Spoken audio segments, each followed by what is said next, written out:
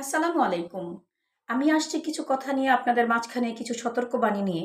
আমি আশা করব আমার এই ভিডিওটা আপনি আরো ১০ জনকে শেয়ার করে দিবেন, যারা এই শেয়ারের মাধ্যমে হয়তো তারাও সতর্ক হবে।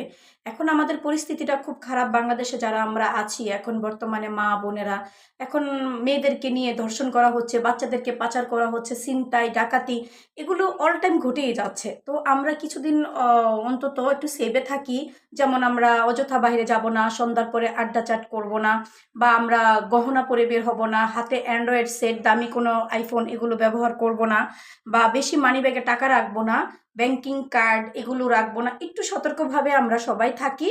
কারণ আমাদের বাচ্চা-কাচ্চা আছে, আমাদের স্কুলে মাদ্রাসা যারা আমরা বাচ্চা-কাচ্চা দিয়ে আসি, নিয়ে আসি। একটু সতর্কভাবে গার্জিয়ান যারা আপনারা আছেন একটু সতর্কভাবে এই জিনিসটাকে সেভ করবেন।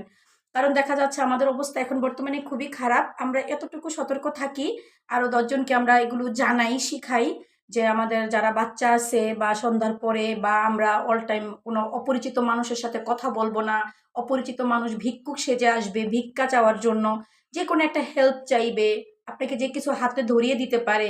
তো এইজন্য আমরা একটু সতর্ক থাকবো যে এগুলো থেকে আমরা একটু দূরে থাকবো। এগুলো হলে আমরা খুব মাথায় নিতে হবে যে এগুলো আমাদের কারো উপকার করা আমাদের দরকার নেই। অতএব আপুরা, ভাইয়ারা আপনাদের সবাইকে আমি সতর্কটা করে দিলাম। আশা করি আপনারা বুঝতে পেরেছেন।